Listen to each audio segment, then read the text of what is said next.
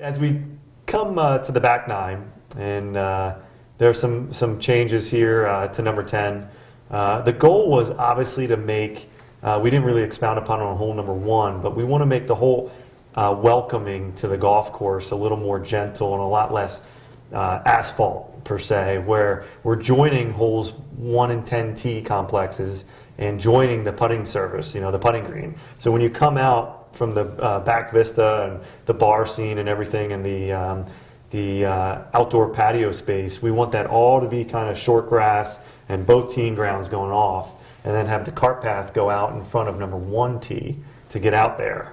So then on number 10, obviously, we're expanding the fairway short of the little creek and then filling in one of the bunkers up along the right side of the golf hole, and really trying to swing that golf hole and give it a little more curl, because the golf hole right now is so one-dimensional, so straight.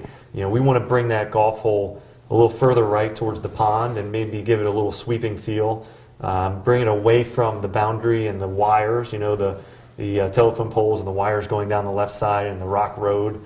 But again, we have that idyllic creek crossing at that angle that Ross, obviously wanted to maximize with all the angles.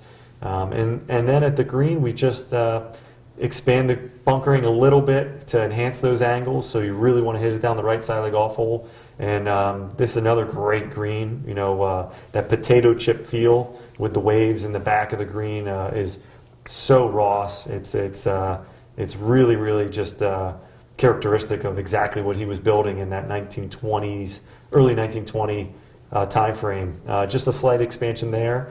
And really just a solid golf hole, and just, I guess there's some other forward tees we're adding there too, but not too much going on hole number 10. That's probably one of the lesser, lesser amounts of work on the golf course, number 10. I'm just going to interlude a little bit in on this one, because I think this one is really a testament to how much fun we've had on the master plan. It is one of the subtler holes in terms of changes, but also a lot of some of the bigger, cooler ideas we had, whether we're really down the stretch towards the 8th. The fantastic idea that you alluded to that you really kind of came with the tees and getting to where it's all going to be very nice tight mow in front of the clubhouse, but also really the good hard homework that we did with the overall history of the golf hole. We really kind of realized just how far out to the right the fairway had kind of bent and turned. I noticed that as we just continued to go through the final changes and whatnot. We worked very hard on the plan over several months, and really some of our hardest work and hardest historical analysis really came to light in some of the neatest subtler details on some of the simplest, on a simpler hole. Correct. Moving on to 11, this might be my favorite hole on the golf course, just because it's beautiful terrain. The hole kind of scales its way up the hillside, and a really fun tee shot where you're just trying to just get as far up there as you possibly can and get a look at where you're going, and just a beautiful vista. The original bunkering and whatnot. A lot of it has been lost, and trees have kind of encroached their way, and it's not a super thick and overly treed hole, but the trees that are there really take away from how dramatic Ross wanted the terrain to feel up there. He wanted the landscape and the topography to be the lead, the starring actor in this.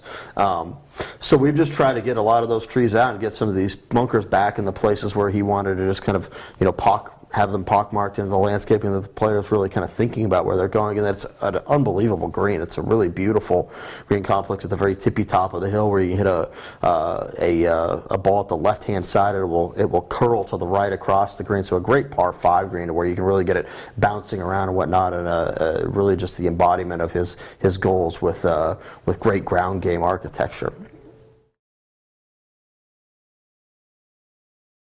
As we go on to number 12, we have a fantastic opportunity here to make some realistic changes with the teeing grounds and stretch this hole back so it's a true par 5. So we're hitting kind of over that ridge line, and then the whole point of that is to pull tee shots back and give us a lot more safety off of 14 tee.